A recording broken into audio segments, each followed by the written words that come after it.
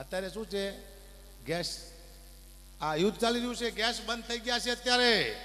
હવે 2 મહિના યુદ્ધ હાલશે એટલે પેટ્રોલ ડીઝલ બંધ થવાનું છે. પછી તમારી તો મને ખબર નહીં, પણ કલાકાર શું કરશે એનો મને વિચાર આવે છે. કલાકાર શીના માથે આવશે? કલાકાર હાંડિયા લેવાના છે ને. શું કામ? ઘોડા મોંઘા પડે ને હગા 5 કિલો ચણા જોઈએ ઘોડાને, હાંડિયા માથે કલાકાર આવતી જ હગા બગડી ખબ ખબ ખબ ખબ ખબ કર્યા. એમાંય મારા હાંડિયો જો બીમાર થઈ ગયો હોય તો માયા મામાને ફોન કરીશ, મામા ક્યાં પહોંચ્યા? કે ભાણે વલભીપુર પહોંચ્યો છું. તો મામા હું ધંધુકા ઊભો છું, મને લેતા જાઓ, મારો હાંડિયો થાકી ગયો હે. અને માયા મામાની પાછળ હું જેમ તારકા સ્વરૂપ બેઠો રક્ષા કરવા હબસાનો હાંડિયામાંથી ખોડી જઈશ. ગબ ગબ ગબ હેલો જાય છે. અને અમને પૂછશે કે જમવામાં શું લેશો? અમે કહેશું સાદું ખાઈશું, રોટલી શાક, પણ 5 મણ લીમડો રાખજો, અમારો હાંડિયો તમારો બાપ ભૂખ્યો છે. હાંડિયાને લીમડો. હા, અદભુત સમય આવી ગયો છે સાહેબ, આનંદ કરો, બાકી કહીશું છે નહીં. હું તમને એક સારી કવિતા સંભળાવું છું. કવિતા બધાને લાગુ પડતી છે, આ જેટલા બેઠા બધાને. એમાં કોઈ માયાભાઈ જેવા જો વિદ્વાન માણસ હોય તો આમાં બહુ 3 કલાકનું સાહિત્ય કરે, પણ હું હાસ્ય કરીશ, કારણ કે મારી પાસે લોકોને અપેક્ષા હાસ્યની છે. હું કોઈ પણ વસ્તુમાંથી હાસ્ય કરવી પાકા પાડે છે, કારણ કે મારા જીવનમાં એવા બનાવ બને છે હમણાં ટાઈમથી. મારા મામા છે ને, હું નાનો હતો ત્યારે હું બહુ લોટકો હતો, એટલે મારા મામા મને કહેતા કે આવ ઝાંખી આવ, મારો ઝાંખી આવ્યો.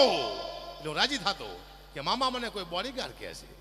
હમણાં 6 મહિના પહેલા ગયો મામાની, તો મામા કે આવ ઝાંખી આવ, મારો ઝાંખી આવ્યો.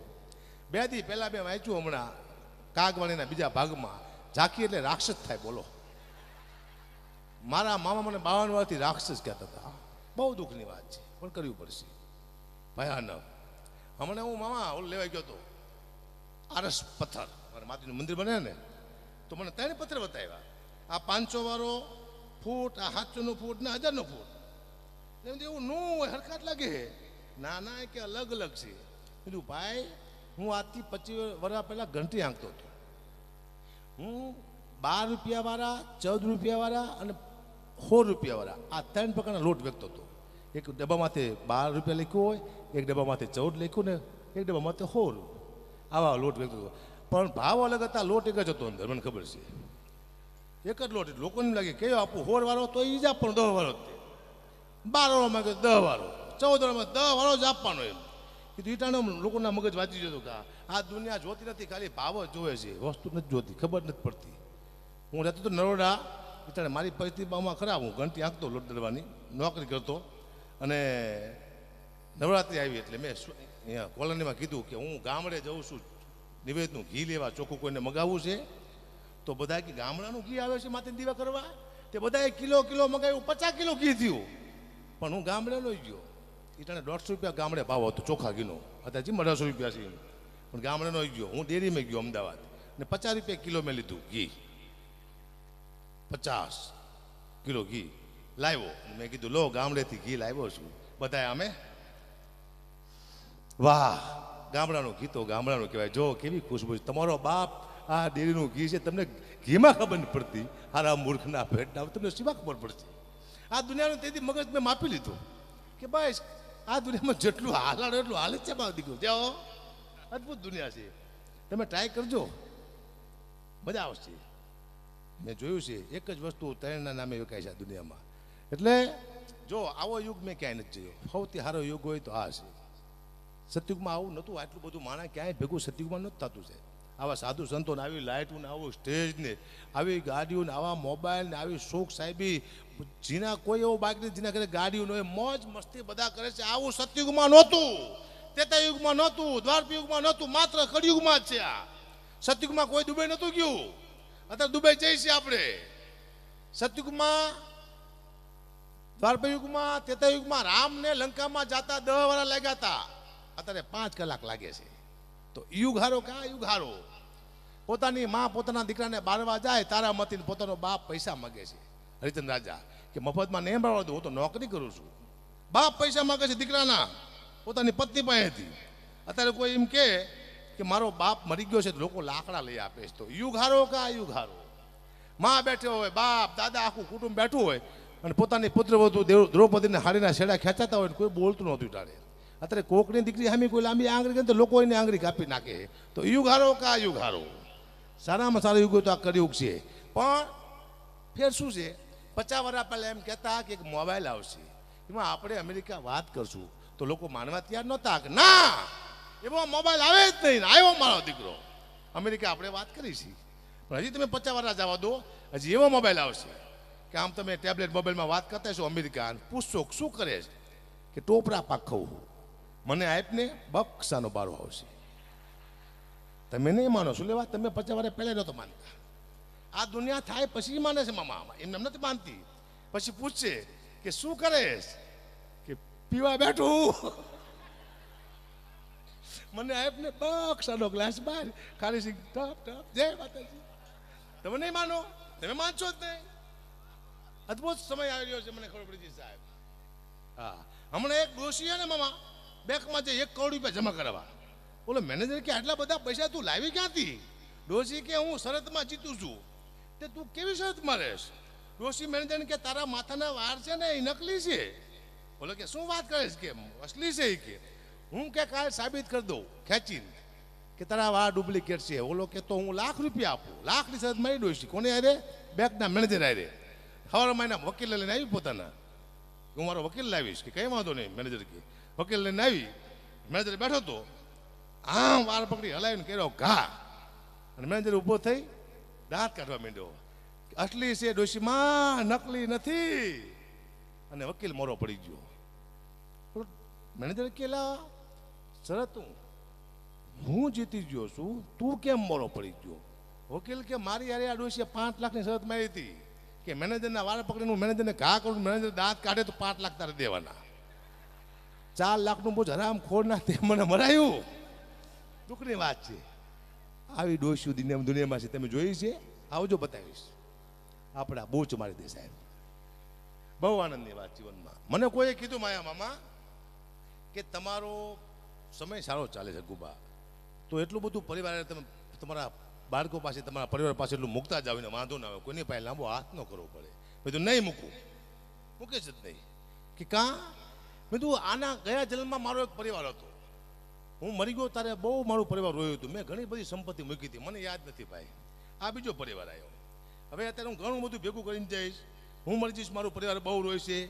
હું મરી જઈશ પછી મને ખબર નહીં હોય કયું પરિવાર હતું. પછી ત્રીજું પરિવાર આવશે, પછી એનું બધું ભેગું કરવાનું. આપણે અહીંયા ને બેઠા છીએ, ખાલી આપણા પરિવારે બદલાય છે. યાદ રાખજો, કોઈ તમારું છે જ નહીં. તમે 500 કરોડ રૂપિયા ભેગા કરીને જો તમારે મરી જ જવું છે તો ભેગા શું લેવા કરવા જોઈએ?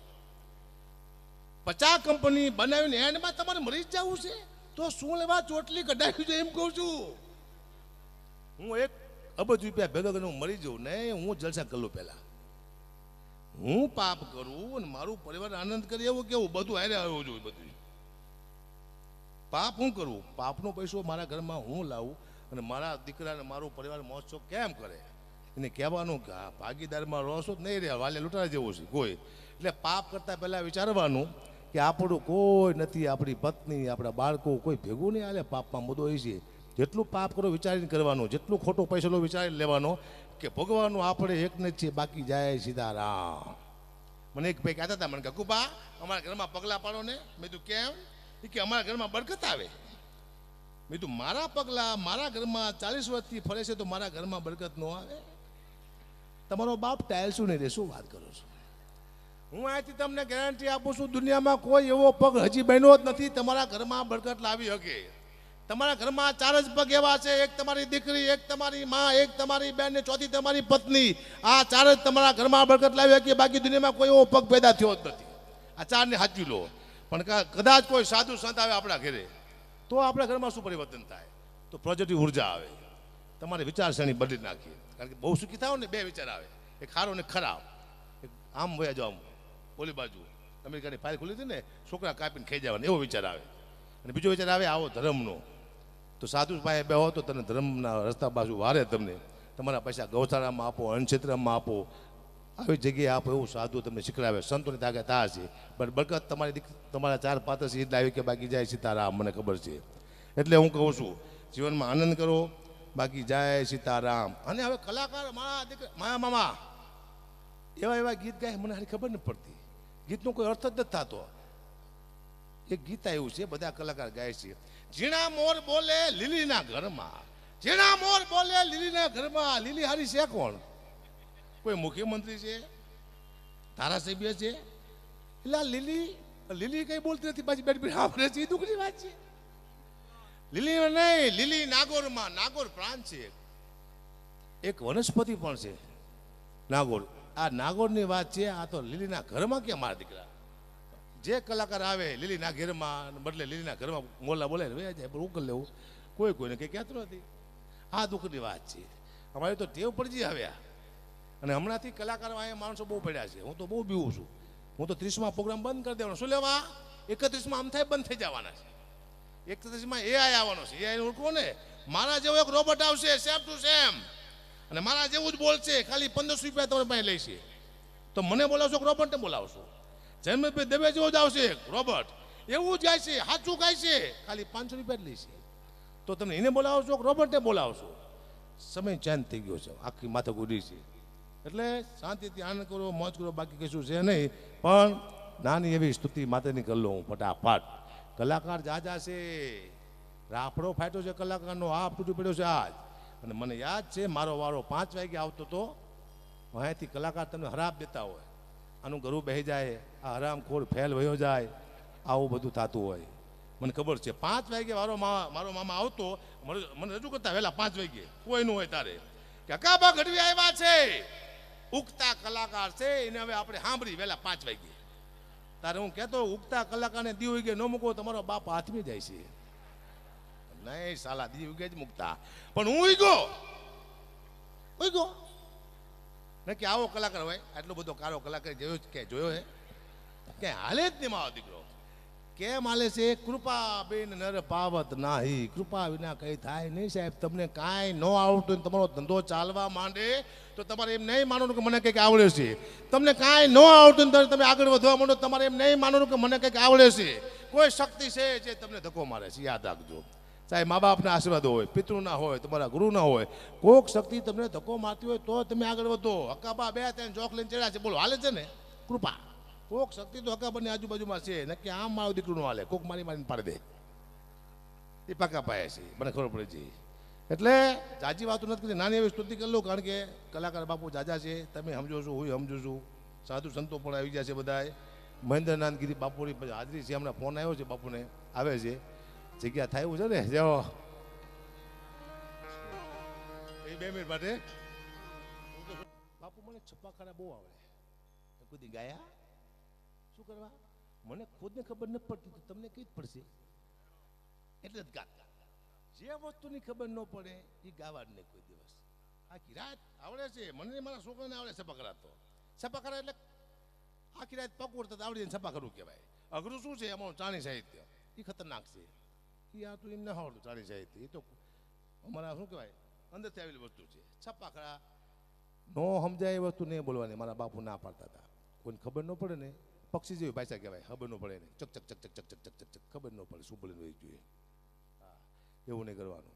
પણ અદ્ભુત આશ્રમ, ઉદાસીન ભાવેશ બાપુની હાજરી, આટલું બધું માણા આવે છે. વિચાર કરો, કંઈક તત્વ પડ્યું ને આશ્રમમાં, ત્યારે આટલું બધું માણા આવે, આટલું જાગમ જોડ થાય, આટલા સેવકો હોય, કૃપા હોય કોઈ આવા સાધુ બાવલિયાની, તારે આ બધું થાય. આને વિના થતું નથી. આ જગા બાવાની અદ્ભુત કૃપા છે. અહીંયા એનો આખો જીવ છે અહીંયા જેવો તમે કહો. કારણ કે સાધુ કોઈથી વયો ન જાય, સાધુ હાજર જ હોય.